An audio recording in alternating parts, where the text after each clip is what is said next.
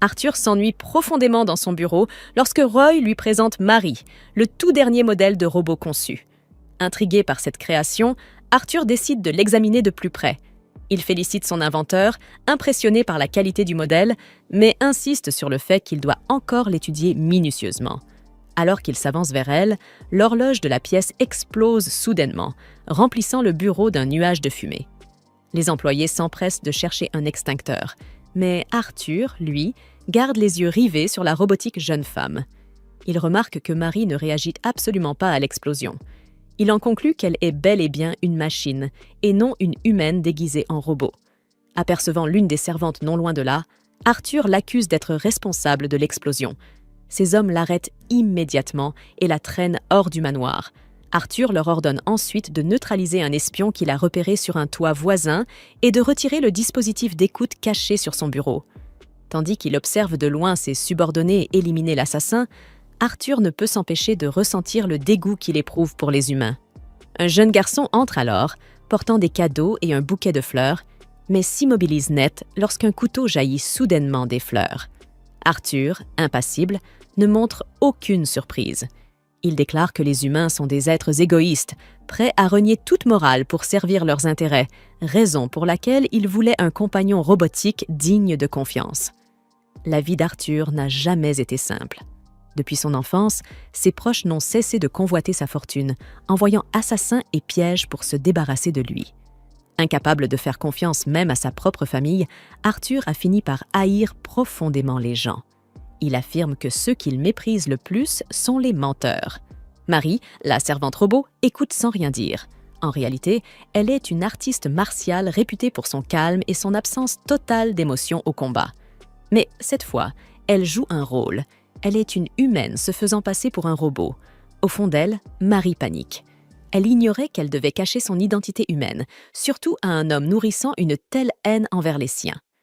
Arthur s'approche d'elle, et son angoisse monte d'un cran, persuadé qu'il a découvert la vérité. Mais soudain, Arthur rougit et se met à la complimenter avec enthousiasme. Gênée par son comportement, Marie s'empresse de déclarer qu'elle va commencer à nettoyer la chambre. Arthur lui saisit doucement la main et lui demande s'il peut l'appeler Marie. Elle accepte avec hésitation, déconcertée par ce changement de ton si soudain. Dans la salle de repos, Roy rappelle à Marie ses fonctions de servante robot et l'informe qu'elle devra désormais accompagner Arthur à l'école afin d'assurer sa protection. Il se tourne pour vérifier si elle l'écoute, mais la découvre en train de se goinfrer de nourriture. Marie explique qu'elle ne peut manger que lorsque Arthur prend son bain. Pensant qu'il a sûrement terminé, elle s'empresse de quitter la pièce, non sans avoir englouti la part de Roy. En courant, elle lui lance qu'il devrait préparer son prochain repas avec davantage de protéines. Roy la regarde s'éloigner, inquiet que leur mascarade finisse par échouer et qu'ils soient tous deux exécutés pour avoir menti à Arthur. Le lendemain matin, Arthur réprimande sévèrement l'un de ses majordomes pour s'être endormi trop longtemps. Marie ne peut s'empêcher de penser qu'il est à la fois strict et intimidant, mais que chacune de ses remarques est pleine de bon sens. Une fois installés dans la voiture, Arthur lui expose leur emploi du temps de la journée. En l'écoutant, Marie comprend que les journées d'Arthur sont toujours bien remplies, entre ses études et la gestion de son entreprise. Il commence à se plaindre d'un partenaire d'affaires dépourvu de savoir-vivre. Marie se dit alors qu'Arthur est vraiment un homme rigide et redoutable, mais elle remarque aussi qu'il devient étonnamment doux lorsqu'il s'adresse à elle. Soudain, Arthur lui prend la main et se penche vers elle. Il lui confie qu'il sait que ses ordres consistent à le suivre à l'école tout en se faisant passer pour une humaine. Il ajoute qu'en cas de problème, elle pourra toujours venir lui demander de l'aide. Lorsqu'ils arrivent enfin à l'académie, Marie cache difficilement son enthousiasme devant la majesté des lieux. Elle observe les trophées et plaques accrochés au mur et remarque que la plupart portent le nom d'Arthur. Tandis qu'elle admire ses exploits, 2 élèves la percutent et la réprimandent pour avoir bloqué le couloir. D'une voix monotone et mécanique, elle s'excuse.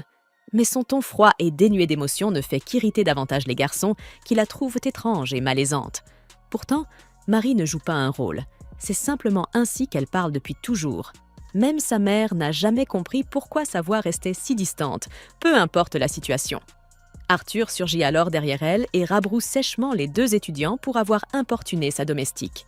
Une fois seule, Marie le remercie. Et Arthur lui caresse doucement la tête en lui disant qu'il trouve sa voix neutre et son visage impassible adorable. Lorsqu'il lui fait signe qu'il est temps de partir, Marie sent ses joues rosir légèrement. C'est la première fois qu'on lui adresse un compliment aussi tendre. De retour au manoir, il s'installe dans le bureau d'Arthur. Un jeune homme entre alors et le salue avec une familiarité déconcertante. Roy chuchote à Marie que cet homme n'est autre que Maynard, le frère d'Arthur, du moins en titre. Marie se demande aussitôt si lui aussi cherche à nuire à Arthur et observe attentivement les deux hommes. Les deux frères échangent des paroles aimables et pleines d'éloges, mais, intérieurement, ils se maudissent l'un l'autre. Derrière leur sourire poli et leur voix courtoise, chacun perçoit parfaitement le venin dissimulé dans les mots de l'autre. Roy, qui les observe, devine sans peine la tension invisible entre eux, tandis que Marie, totalement inconsciente de ce climat hostile, pense simplement qu'ils s'entendent bien comme de vrais frères unis. Maynard finit par s'excuser et quitte la pièce sous prétexte d'aller aux toilettes. Une fois seul dans le couloir, il laisse éclater sa frustration et marmonne des insultes, exaspéré qu'Arthur soit encore en vie. Mais il s'interrompt brusquement lorsque Marie surgit silencieusement derrière lui indiquant la direction des toilettes. Pris de panique, Maynard sursaute et la réprimande sèchement. Marie s'excuse, mais son visage impassible ne montre aucune trace de remords. Elle lui explique qu'elle est un robot, incapable de ressentir ou d'exprimer des émotions.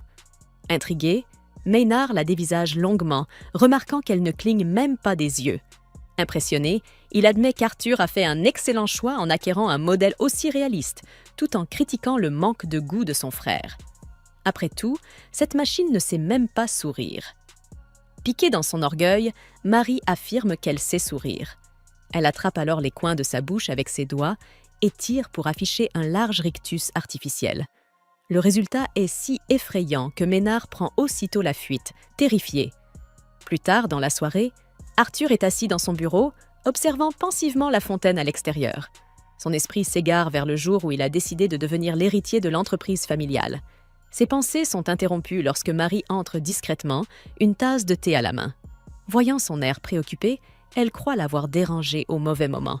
Mais, à sa grande surprise, Arthur lui demande timidement s'il peut poser sa tête sur ses genoux. Hésitante, Marie finit par accepter. Arthur s'installe aussitôt, plaisantant sur la dureté de ses cuisses qu'il attribue à son corps métallique, sans savoir qu'il s'agit en réalité de muscles fermes et entraînés. Peu à peu, il se détend et lui confie qu'il se sent terriblement seul, incapable d'accorder sa confiance à quiconque. Il avoue avoir accepté cette solitude comme le prix à payer pour être l'héritier du patrimoine de son père. Touchée par sa sincérité, Marie lui promet doucement qu'elle restera toujours à ses côtés et qu'il pourra lui faire confiance. Apaisé, Arthur ferme les yeux et s'endort sur ses genoux. En le regardant dormir, Marie ressent un profond désir de le protéger, mais son cœur se serre à l'idée de devoir continuer à lui mentir pour le faire. Le lendemain matin, Arthur, Roy et Marie attendent devant le manoir, prêts à accueillir la voiture qui doit l'emmener à ses cours. Lorsqu'elle arrive plus tôt que prévu, Roy remarque l'anomalie. Il échange un regard inquiet avec Marie, puis tous deux saluent Arthur tandis qu'ils montent dans la voiture. Quelques instants plus tard, une autre voiture s'arrête devant le manoir. Roy comprend aussitôt que la première voiture était un leurre. Il ordonne à Marie d'appeler la police, mais lorsqu'il se tourne vers elle, elle a déjà disparu. Paniquée mais déterminée, Marie s'est élancée à toute vitesse sur la route, courant après le véhicule qui a enlevé Arthur. À l'intérieur de la voiture, Maynard monte à bord et aperçoit Arthur ligoté. Avec un sourire narquois, il lui avoue que l'enlèvement était son idée, tout simplement parce qu'il trouvait Marie agaçante. Il se moque de lui en disant qu'il devrait engager une meilleure domestique la prochaine fois, avant d'éclater de rire. Il n'y aura pas de prochaine fois, car Arthur mourra aujourd'hui. Arthur, exaspéré, soupire. C'est déjà la 168e fois que Maynard promet de le tuer. Soudain, un bruit sourd secoue le véhicule. Tous lèvent les yeux et découvrent Marie agrippée au pare-brise, déclarant d'une voix calme qu'elle est venue récupérer Arthur. C'est la panique dans la voiture. Maynard tente de rassurer son chauffeur, lui criant que Marie n'est qu'un simple robot et qu'ils doivent s'en débarrasser sans hésiter. Mais la jeune femme atterrit souplement sur la route, puis reprend la poursuite à une vitesse inhumaine. Le véhicule finit par s'arrêter devant une maison abandonnée. Arthur est tiré de la voiture et conduit à l'intérieur. Maynard le provoque, lui demandant s'il a des dernières paroles avant de mourir. Il lui promet qu'une fois mort, il héritera de l'entreprise familiale. Arthur, au lieu d'avoir peur, est surtout furieux du traitement infligé à Marie. Maynard éclate de rire, se moquant de lui pour s'inquiéter davantage d'un robot que de sa propre vie. Il ricane en affirmant que Marie est probablement déjà détruite. Arthur le fixe d'un regard glacial et jure qu'il ne lui pardonnera jamais ce qu'il lui a fait. Mais Maynard se fige soudain. Il entend sa propre voix avouer le crime. Il se tourne vers Arthur, stupéfait, et voit un sourire se dessiner sur son visage. Arthur lui révèle alors que l'un de ses boutons est en réalité une caméra espion, et que toute la conversation a été enregistrée puis envoyée automatiquement dans le cloud. Ce n'est plus qu'une question de temps avant que quelqu'un découvre la vidéo et que le monde entier apprenne la vérité. Le visage livide, Maynard réalise qu'en restant, il ne ferait que confirmer sa culpabilité. Pris de panique, il s'enfuit, laissant derrière lui 2 de ses hommes pour terminer le travail. Les 2 hésitent, mais finissent par décider qu'ils n'ont pas le choix. Arthur a vu leur visage. Alors qu'ils s'apprêtent à l'exécuter, la porte vole en éclats. Marie surgit dans un éclair, et en une succession de mouvements rapides et précis, elle terrasse les 2 hommes en un instant. Les 2 hommes s'enfuient en hurlant, laissant Arthur attaché à une chaise. Marie se précipite vers lui et défait les cordes à toute vitesse afin qu'il puisse s'échapper. Aucun d'eux ne remarque la flaque d'essence répandue au sol, ni la cigarette encore allumée qui se consume tout près. En quelques secondes, les flammes s'enflamment et se propagent rapidement. Le bâtiment est bientôt entièrement englouti par le feu. Réagissant aussitôt, Marie constate que leur seule sortie est bloquée. Elle ordonne à Arthur de couvrir sa bouche avec son mouchoir pour ne pas inhaler trop de fumée. Apercevant une fenêtre, elle lui dit de l'utiliser pour s'échapper et promet de le soulever jusqu'à l'ouverture. Arthur refuse d'abord, incapable de se résoudre à la laisser derrière lui. Mais Marie insiste, lui assurant qu'elle ira bien et qu'elle trouvera une autre issue une fois qu'il sera en sécurité. Une explosion proche secoue la structure, rendant l'air irrespirable et la visibilité presque nulle. Marie, déterminée, se jure silencieusement de sauver Arthur, même au prix de sa propre vie. Non, elle ne l'abandonnera pas sans lui dire ce qu'elle ressent depuis le début. Elle lui confie alors qu'elle a vraiment apprécié le temps passé à ses côtés et qu'il est, pour elle, quelqu'un de très spécial. Elle ment en ajoutant qu'il ne doit pas s'inquiéter pour elle, car son corps métallique peut résister aux flammes. Elle le supplie de s'enfuir et de venir la chercher plus tard, prétendant qu'elle pourra simplement être réinitialisée une fois réparée. À contre-cœur, Arthur accepte et grimpe par la fenêtre. Une fois dehors, il crie qu'il reviendra la sauver. À l'intérieur, Marie s'effondre finalement, asphyxiée par la fumée. Alors que sa conscience s'éteint, elle se sent coupable de lui avoir menti, mais reconnaissante d'avoir pu le protéger jusqu'au bout. Quand elle rouvre les yeux, elle est stupéfaite de se trouver allongée sur un lit. Arthur est assis à son chevet et lui explique qu'il a immédiatement appelé Roy et qu'ils ont réussi à la sauver à temps. Aucune réinitialisation n'a été nécessaire.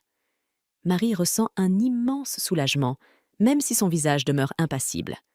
Arthur la regarde longuement, tenté de lui poser une question sur le sourire qu'il a cru voir dans l'incendie. Finalement, il se ravise, au grand soulagement de Roy. Il se convainc que ce sourire n'était qu'une hallucination causée par la fumée. Et pourtant, alors qu'il détourne les yeux, une pensée douloureuse lui traverse l'esprit. Tomber amoureux de Marie n'a aucun sens. Après tout, elle n'est qu'un robot. Et même si elle ne l'était pas, le jour de la fête, tous les domestiques s'affairent aux derniers préparatifs. Arthur finit par réprimander le serviteur responsable après avoir découvert que plusieurs tâches restaient inachevées, alors que celui-ci affirmait que tout était prêt. À cause de sa profonde aversion pour les menteurs, Arthur le renvoie sur le champ. Marie s'empresse d'aller chercher les chaises manquantes, ce qui lui vaut les félicitations d'Arthur. En quelques instants à peine, les invités commencent à arriver dans le jardin où la réception se tient. Marie observe les environs et réalise que toutes les personnes présentes sont des figures connues. Arthur lui confie que cet événement est crucial et qu'il ne peut se permettre la moindre erreur en tant qu'héritier de son père. Saisissant le sens de ces paroles, Marie promet de surveiller toute personne suspecte qui tenterait de gâcher la soirée. Arthur approuve, mais ajoute qu'il a une tâche encore plus importante à lui confier. Se penchant pour lui murmurer à l'oreille, il lui ordonne de se débarrasser de tous les poivrons, car il les déteste. Marie accepte, bien décidée à le faire discrètement. À ce moment-là, la tante d'Arthur, Charlotte, l'appelle. Arthur accueille sa tante et son oncle avec un grand sourire. Marie les observe avec curiosité, car elle pensait que tous les membres de la famille d'Arthur souhaitaient sa mort. Pourtant, Karl et Charlotte semblent sincèrement heureux de le voir. Roy glisse doucement à Marie que ces deux-là sont les seuls membres de la famille qui soutiennent pleinement Arthur. Charlotte remarque qu'Arthur paraît plus heureux que d'habitude et lui demande si quelque chose est arrivé. Fier, Arthur déclare que son entreprise a fait une avancée majeure. Ils ont enfin créé la parfaite domestique robotique. Il désigne Marie d'un geste, la présentant fièrement. Charlotte est aussitôt captivée et s'approche pour l'examiner de plus près. Plus elle l'observe, plus Marie semble humaine. Sous le regard perçant de Charlotte, Marie commence à paniquer, craignant que sa véritable nature ne soit découverte. Réagissant rapidement, Roy la tire à l'écart sous prétexte de lui confier davantage de tâches. Marie se met alors à équilibrer plusieurs plateaux et à pousser un chariot chargé d'une haute tour de verre, impressionnant les invités par son habileté. Alors qu'elle travaille, le chat de Charlotte bondit soudainement vers le chariot. Marie réagit avec une rapidité étonnante. Elle attrape le chat en plein vol et stabilise les verres avant qu'il ne se renverse. Karl félicite Marie pour son équilibre remarquable, et Roy explique qu'elle est équipée d'un système d'amortissement de choc très avancé. La fête se poursuit sans encombre. Marie accomplit tranquillement l'étrange demande d'Arthur concernant les poivrons en les mangeant discrètement avant que les plats n'arrivent sur les tables. Malheureusement, elle en laisse tomber un sans s'en rendre compte. Le chat aperçoit le poivron tomber et commence à jouer avec. À l'autre bout du jardin, un intrus parvient à échapper à la sécurité. Mais avant qu'il ne fasse un pas de plus, Marie le neutralise d'un coup précis et le met hors d'état de nuire. Par précaution, elle décide de patrouiller le reste du domaine à la recherche d'autres individus suspects. Alors qu'elle fouille les alentours, elle sent soudain une présence juste derrière elle. Réagissant par instinct, elle saisit la personne et la projette par-dessus son épaule pour découvrir qu'il s'agit d'Arthur. Elle l'aide aussitôt à se relever et l'escorte jusqu'à son bureau, où il s'installe, posant la tête sur ses genoux. Arthur avoue qu'il voulait simplement échapper à la foule un instant, épuisé d'avoir dû divertir les invités. Alors qu'il se détend, Marie lui caresse doucement la tête, mais elle se fige lorsqu'Arthur saisit soudain sa main, se redresse et la tire contre lui pour la remercier sincèrement. Surprise, Marie recule brusquement. Elle déclare que puisqu'il s'est rétabli, elle doit retourner à ses fonctions. Arthur la regarde s'éloigner avec une déception silencieuse. Aucun d'eux ne remarque que Charlotte a assisté à toute la scène et que ses soupçons grandissent quant à la véritable nature de Marie. Peut-être n'est-elle pas une simple androïde après tout. De retour dans le jardin, Marie tente tant bien que mal de calmer les battements rapides de son cœur, troublée par ses propres réactions. Roy lui demande de servir de l'eau aux invités, mais elle laisse tomber un verre qui se brise en 1000 morceaux. En voulant en préparer un autre, elle renverse toute une carafe sur Roy. Soupirant, celui-ci la renvoie momentanément, craignant qu'elle ne trahisse leur couverture si elle continue dans cet état de distraction. Coupable, Marie s'éloigne vers un coin isolé du jardin. Avant de tourner à l'angle, elle aperçoit un homme accroupi en train de manipuler quelque chose. En réalisant qu'il est en train de poser de la dynamite, Marie se précipite, détruit le détonateur d'un coup et envoie l'homme valser à travers les buissons d'un puissant coup de pied. Malheureusement, elle oublie que la fête se déroule de l'autre côté de ces mêmes buissons. Les invités poussent des cris de stupeur lorsque Marie surgit soudainement, projetant l'inconnu inconscient en pleine vue. La panique gagne la foule jusqu'à ce qu'Arthur intervienne rapidement et déclare que cet homme n'était pas un invité, mais un intrus qui prévoyait de faire exploser une bombe. Il annonce fièrement que Marie vient de sauver tout le monde. Les invités éclatent en applaudissements, impressionnés par son sang-froid et son courage. Karl remarque à quel point Arthur accorde une grande confiance à Marie, tandis que Charlotte observe silencieusement, pensant que peut-être Marie sera celle qui apprendra à Arthur à faire confiance aux autres à nouveau. Depuis le toit, Ménard regarde la scène de louange en contrebas et jure de colère. Tandis qu'il fulmine en évoquant sa vengeance prochaine, il perd l'équilibre et tombe. Plus tard dans la soirée, Arthur se tient sur le balcon de son bureau, contemplant la vue en contrebas. Marie finit par apparaître, vêtue de la robe élégante qu'il avait choisie pour elle. car il souhaitait la voir dans autre chose que son uniforme de domestique. Souriant, Arthur lui prend la main et l'invite à profiter du reste de la soirée à ses côtés. Incertaine, Marie retire doucement sa main et s'incline avec gêne, murmurant qu'elle est désolée d'avoir presque gâché la fête.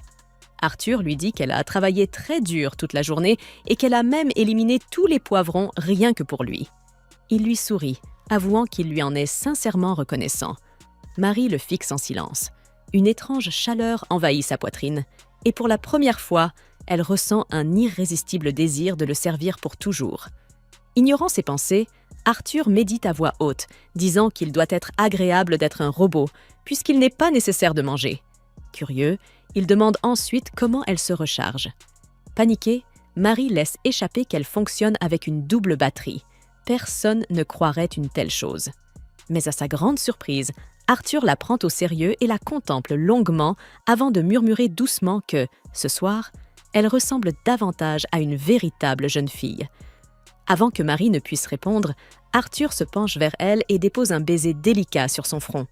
Brusquement, elle le repousse et s'enfuit vers la serre. Elle s'inquiète qu'Arthur ait peut-être découvert son secret, qu'elle est humaine. À l'extérieur, Roy garde le silence, le visage assombri par l'inquiétude. Le lendemain matin, Marie se ressaisit pour une nouvelle journée de travail. Elle redoute de croiser Arthur après les événements de la veille, mais se persuade qu'il n'a pas pu voir clairement son visage dans l'obscurité. En entrant dans la salle à manger, elle décide de lui dire qu'un dysfonctionnement l'a poussée à le repousser. Elle pousse un chariot de nourriture et commence sa routine habituelle. Arthur la salue chaleureusement, comme si rien ne s'était passé. Marie se demande s'il a tout simplement oublié. Lorsqu'elle ne lui rend pas son salut, Arthur fronce les sourcils et questionne son silence. Cherchant désespérément quoi répondre, Marie reste figée, tandis que Roy, qui observe la scène, commence à paniquer. Une mouche passe soudain devant eux, et Arthur comme Marie tendent la main en même temps pour l'attraper. Leurs visages se retrouvent à quelques centimètres l'un de l'autre, faisant rougir Arthur, tandis que Marie panique intérieurement et s'éloigne raide, tentant de paraître mécanique. Elle marmonne qu'Arthur agit bizarrement aujourd'hui, mais il se contente de lui demander d'apporter du café dans son bureau. Lorsqu'elle obéit, il ne peut s'empêcher de la regarder longuement. Au fil de la journée, Arthur se montre plus doux avec elle, lui proposant de porter certaines choses et allant même jusqu'à lui prendre la main. Marie décide qu'elle doit agir de manière plus robotique pour éviter tout soupçon, mais Arthur ne fait que la regarder s'éloigner, intrigué par sa démarche étrangement mécanique. Dans la salle de repos, Roy appelle Marie et l'informe qu'elle est relevée de ses fonctions avec effet immédiat. Il lui explique qu'Arthur devient de plus en plus méfiant depuis la veille et que ce n'est qu'une question de temps avant que son secret ne soit découvert. Marie se fige, incapable de comprendre pleinement ses paroles. Roy tente de la rassurer en lui disant qu'il continuera à veiller sur elle, mais insiste sur le fait qu'elle doit trouver du travail ailleurs avant qu'Arthur ne découvre la vérité. Marie a du mal à accepter l'idée de partir. Elle s'est attachée à Arthur. Désespérée, elle supplie Roy, lui promettant de faire de son mieux pour ne pas se faire démasquer. Roy lui dit qu'Arthur l'aime beaucoup. S'il apprend un jour qu'elle est humaine, cela le briserait. Il lui rappelle à quel point Arthur déteste le mensonge et souligne que continuer à lui mentir doit forcément lui faire mal à elle aussi. Marie réalise qu'elle n'a aucun argument à lui opposer. Roy poursuit, lui annonçant qu'il a déjà trouvé sa remplaçante, une véritable domestique robot. Quelques instants plus tard, Marie II, le nouveau modèle, traverse les couloirs avec une précision mécanique jusqu'à atteindre le bureau d'Arthur. En entrant, elle se présente comme une version améliorée de Marie et démontre immédiatement ses capacités en attrapant et éliminant une mouche avec une rapidité stupéfiante. Arthur la fixe, incrédule, jusqu'à ce que Roy s'avance aux côtés de la machine pour expliquer qu'avec ses systèmes de combat et d'efficacité perfectionnés, Marie II est la domestique idéale pour le servir. Pendant ce temps, la vraie Marie fait silencieusement ses bagages, ne possédant que très peu d'affaires, tandis qu'Arthur teste la fonction « oreiller de genou » de Marie II, accompagnée d'une musique d'ambiance. Aux grilles du domaine, Roy presse Marie de partir avant qu'Arthur ne s'en aperçoive. Elle lui promet de laver et de rendre son uniforme malgré son insistance pour qu'elle le garde. Pour elle, cet uniforme est un symbole de tout ce qu'elle est sur le point de perdre. Un rappel qu'elle n'a jamais été destinée à rester aux côtés d'Arthur. Alors qu'elle s'apprête à partir, Arthur apparaît soudain, le visage empreint d'un mélange de confusion et de colère. Il exige de savoir ce qui se passe et pourquoi elle est remplacée si brusquement. Marie, gardant son ton habituellement calme, explique que puisqu'il existe désormais une domestique robot plus récente et plus performante, il est temps pour elle de se retirer. Mais Arthur ne la croit pas. Sa frustration grandit à mesure qu'il cherche les mots justes, tentant d'exprimer qu'il la veut, elle, précisément. Avant que quiconque ne puisse dire quoi que ce soit, Marie II surgit soudainement derrière Arthur. Ses capteurs se verrouillent sur Marie et l'identifient comme une menace. Marie ordonne à Roy et à Arthur de s'éloigner, juste au moment où le robot se jette en avant. Elle parvient à bloquer la première attaque, mais est aussitôt projetée en arrière sous la puissance du choc. Elle comprend vite que la force de Marie II dépasse largement la sienne. Alors qu'elle se prépare à encaisser le coup final, Arthur se précipite devant elle pour la protéger de l'impact. Roy pousse un cri d'horreur lorsque le coup atteint le dos d'Arthur. Submergée par la rage et le désespoir, Marie rassemble chaque once de force qui lui reste. D'un coup de pied féroce, elle brise Marie II en deux. La machine s'effondre lourdement au sol. Arthur se précipite vers Marie, la voix tremblante d'inquiétude, et lui dit qu'il sait déjà tout. Roy se fige, pris de panique, craignant que leur secret ne soit découvert. Cependant, la compréhension d'Arthur est loin de la vérité. Il croit que Marie a simplement subi une défaillance et que Roy avait préparé Marie II pour la remplacer. Arthur insiste sur le fait qu'il peut payer tous ses frais de maintenance, déterminé à la garder à ses côtés. Marie le rassure rapidement en prétendant qu'il n'y a pas lieu de s'inquiéter, qu'elle a déjà été réparée. Arthur lui adresse un sourire chaleureux, la prend doucement dans ses bras et lui demande de rester toujours auprès de lui. Marie avoue à voix basse qu'elle le souhaite aussi. Pendant un instant, tous deux sont comblés de bonheur. Plus tard, dans la cuisine, Roy remercie Marie pour tous ses efforts et pour avoir enfin redonné le sourire à Arthur, un sourire qu'il n'avait plus eu depuis longtemps. Marie promet de continuer à travailler dur et d'éviter toute erreur pouvant révéler sa véritable identité. Un bruit mécanique retentit soudain dans la pièce. Marie se retourne et voit Marie II entrer dans la cuisine, rutilante et entièrement opérationnelle. Le robot annonce qu'il a été réparé et mis à jour. Roy explique qu'il souhaite désormais que les deux maris travaillent ensemble pour protéger Arthur. Marie II s'incline poliment et déclare qu'elle a hâte de collaborer avec elle. Mais Marie ne peut que la regarder en silence, figée face à ce